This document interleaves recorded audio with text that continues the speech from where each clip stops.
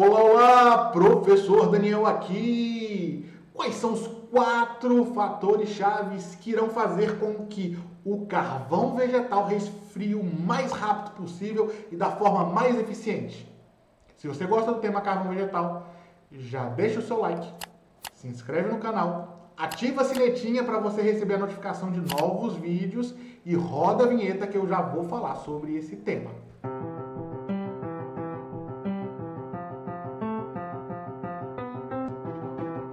Bem-vindos, professor Daniel Barcelos, aqui, autor do treinamento online Academia do Carvão e também da Fórmula da Carvoaria Perfeita. Neste vídeo eu vou apresentar os 4 motivos chaves, 4 fatores chaves que vão fazer com que o seu carvão resfrie. E antes de falar aqui o primeiro motivo, lembrando que o 4º motivo, gente, é o melhor. Se você aplicar o 4, vai fazer diferença no resfriamento do seu carvão vegetal.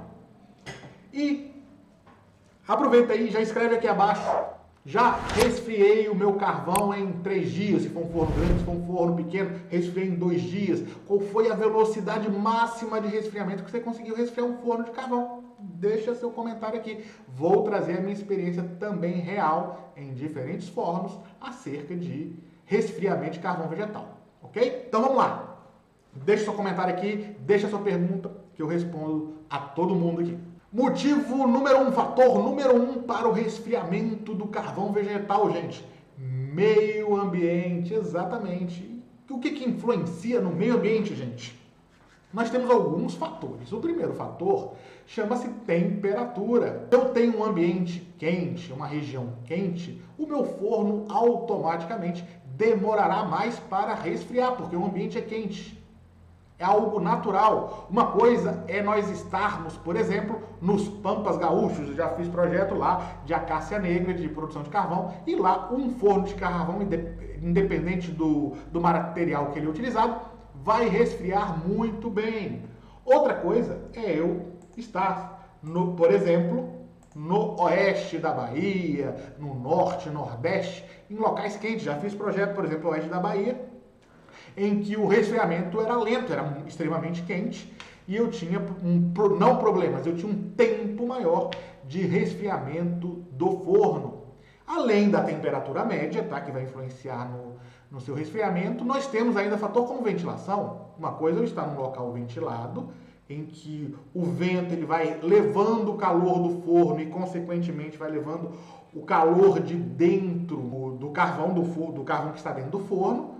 E outra coisa, no local não ventilado. Todo mundo sabe, quando você quer se refrescar um pouquinho, você liga lá o ventilador e sua sensação térmica melhora, porque você está retirando todo o calor que está na sua superfície. Tá? O terceiro fator seria a questão de chuva, de água. A água é um excelente condutor térmico. Toda vez que chove, de uma certa forma, ele retira calor. Em algumas tecnologias isso pode ser um problema, em outras não. Mas não é o motivo agora.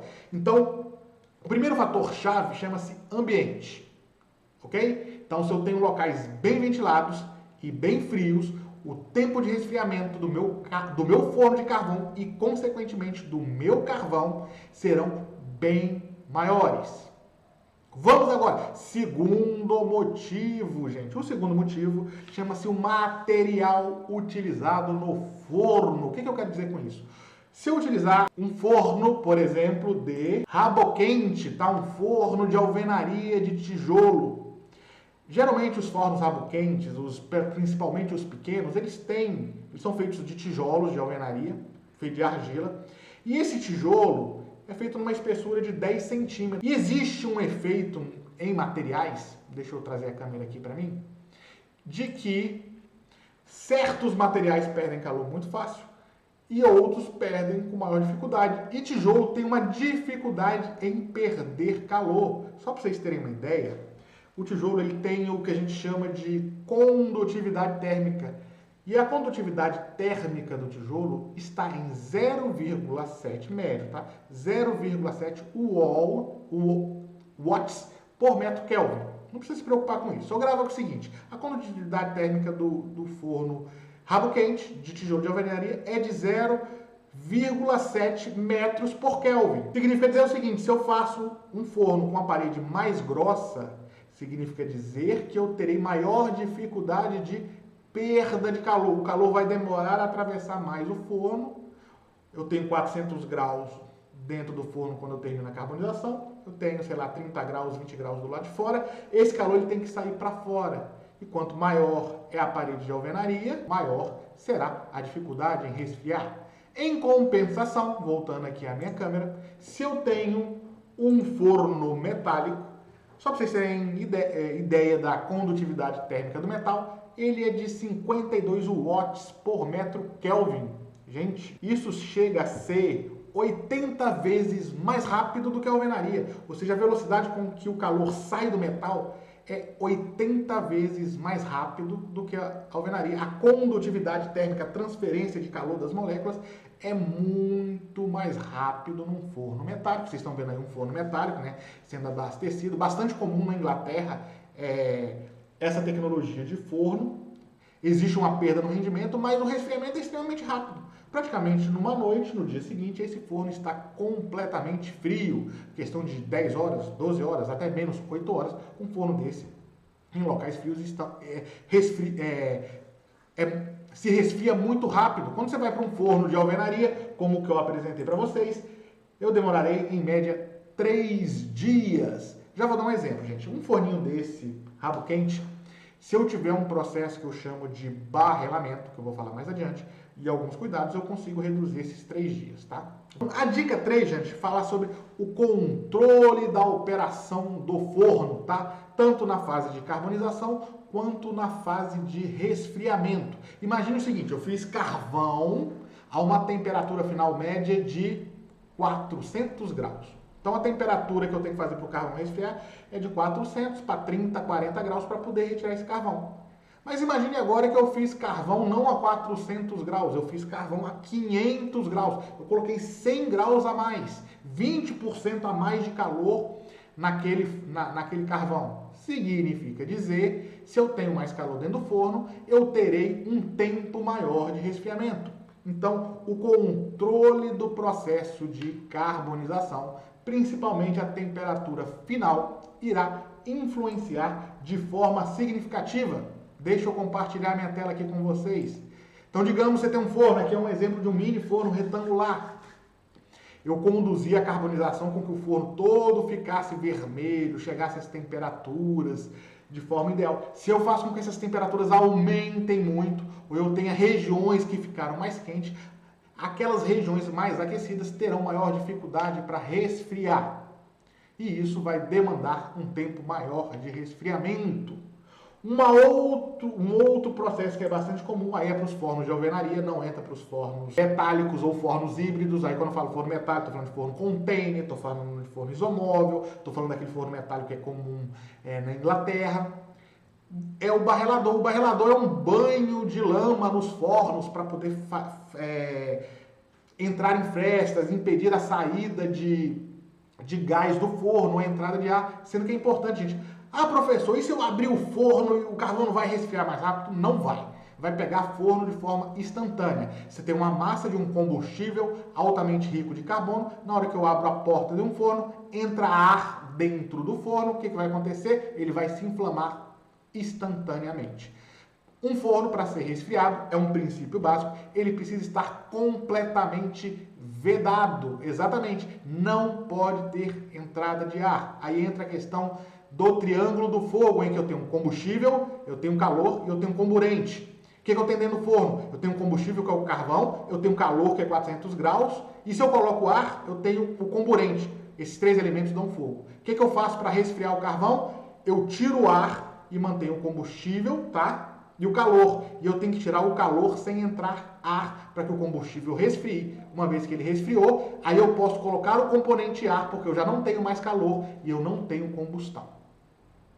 Ok? Este foi o terceiro motivo. Vamos agora para o quarto motivo, gente. O quarto motivo é exatamente a minha matéria-prima. O que eu quero dizer? O material que eu irei colocar dentro do forno, ele tem uma capacidade, primeiro, de armazenar energia e também de liberar energia.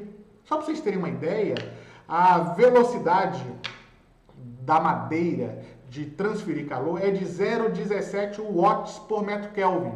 Ou seja, é mais lento ainda do que eu falei para vocês, que é o tijolo, que é de 0,7, ou seja, a madeira ela tem uma capacidade de condução térmica muito baixa. Por isso que a gente não queima a mão quando acende um fósforo. Vou acender o fósforo aqui.